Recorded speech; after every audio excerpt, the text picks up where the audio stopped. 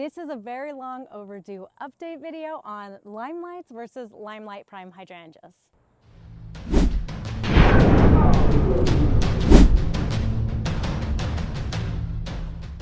Hello and welcome back to the channel. Today I'm going to give you an update on my Limelights versus my Limelight Prime. If you're new here, last year I planted a single Limelight Prime hydrangea right next to my Limelight hedge.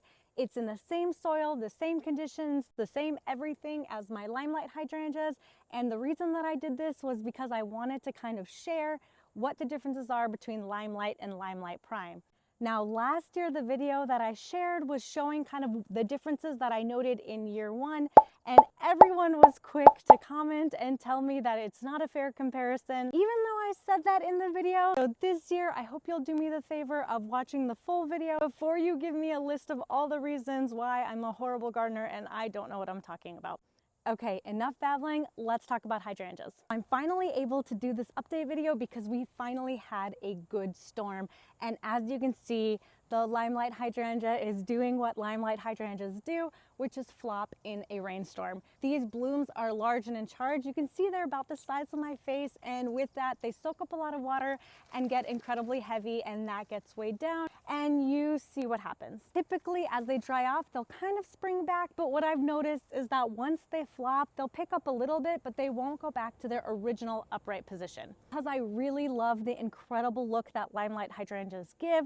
They're large, their blooms are bigger than your face, and I just get a million compliments from neighbors when these are in full bloom. I have been really thinking hard about all of my options before replacing them with something like a Limelight Prime or a different variety of hydrangeas for two reasons. One, the cost of shrubs have gone way up since planting this, and also two, I'm not sure if Limelight Prime would be any better than Limelight. I like to always test things out before I go all in on a shrub or perennial. So that's why I planted just one Limelight Prime hydrangea. Let me show you how it's doing. So here you can see my Limelight Prime hydrangea shrub. This is a deer favorite, and I think it's at the perfect height for the deer to munch on. So unfortunately, I don't have too many examples of what the blooms look like, but there are a few. So I'll show you the blooms up close that the deer haven't munched on and how those compare to the regular Limelight blooms. Okay, so look past these giant, gorgeous, fluffy Limelight blooms to see the Limelight Prime. So I'm gonna move these over to the side as much as I can, but I hope you can see these smaller blooms right here. These all throughout the center that the deer were not able to munch on. These are Limelight Prime blooms, and they're panicle hydrangeas. They bloom much earlier than the Limelight, probably by a number of weeks, maybe even a month, but I wasn't really tracking it. Sorry, I had things going on. But you can see in terms of size, they have, I think, a much smaller impact. I'm sure if the deer didn't munch on this and it was covered in blooms, it would be absolutely gorgeous, but it's just hard to call these the same thing. I kind of want this bloom to be about this size so that I could say that, yes, this truly does have stronger stem strength, and not that this bloom is about a fourth of the size of this bloom, and that's why Limelight Prime is more upright. It's just very, very hard to compare. I'm gonna remove all of the Limelight blooms so that hopefully you can get a good look at the Limelight Prime. Can you see the difference? It's a big difference, I think. I didn't go back and rewatch the video that I posted last year, but I'm pretty sure that I came to similar conclusions as I did this year. The blooms on the Limelight Prime are much smaller than the Limelight. I feel like they're less fluffier. I don't think that's the horticultural term, but it's the Michelle term. I love big fluffy blooms. And so while I do like the Limelight Prime, and while I think it's an excellent shrub, it doesn't flop, it blooms well, it's low maintenance, I haven't fertilized it, I haven't done anything to it except for cut it back in early spring. It just, I don't know, these blooms are just so much bigger and fluffier, and they make me happier. So I don't feel like it's an exact replacement for the Limelights. I wish it almost had a different name.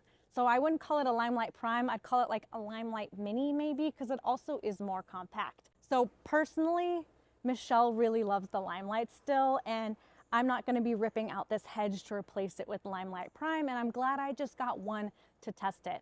So another thing that I did try this year in an effort to keep the Limelight hydrangea hedge and prevent this flopping is I tried a different pruning method. So you can see I have just 2 limelights planted here. Huge impact with just 2 shrubs, might I add. But with these 2 limelights, I decided to prune them 2 different ways this year. So both of them got a cut back in early spring. Basically before they leafed out, when the buds started to swell, they got cut way back, probably about half to a third of their original size. And then this year, I cut this one back one more time. And the reason I did that was because my friend Devin, that's the way he cuts his Limelight hydrangeas, and he turned me on to that tip that if you cut it one more time after it is leafed out and grown, the blooms will come later, but they will not flop, because what happens when you're cutting back your hydrangea is that you're promoting branching, which is going to promote more blooms, but smaller blooms, and those blooms are less prone to floppage. And so I can't fully say that it works, but I will post an update video sharing whether or not these really don't flop as much, but it's looking pretty good because this is probably on year 5 now, and I've just been waiting for those stems to get stronger, because it's true that as shrubs mature, their branches get stronger, but this just hasn't worked out, and I've pruned it all different kinds of ways to Sunday, and I still get floppage. So I'm really excited to see if this works, and this might kind of be my new solution, just pruning them back twice and getting more but smaller blooms, and keeping these shrubs instead of having to dig them out, relocate them, and plant with some other variety. So I hope this has been helpful. Like I said, the Limelight Prime hydrangeas, they're in their 2nd year now, and I know that's not full maturity. I know shrubs can take up to 3 years or more to mature, and I don't want to hear all in the comments about how it's not fair, how I shouldn't have made this video. I don't have a time machine, so I can't go forward in time a few years to share what they look like. And actually I'm thinking of moving this Limelight Prime to a different location in the future, since it's really just providing deer nourishment right now and not really living up to its full potential. So this might be the last update video, but I hope this helps in terms of looking at bloom size and bloom type. I don't think that they're going to get that significantly larger as the shrub matures, and I don't think that it's going to get any fluffier.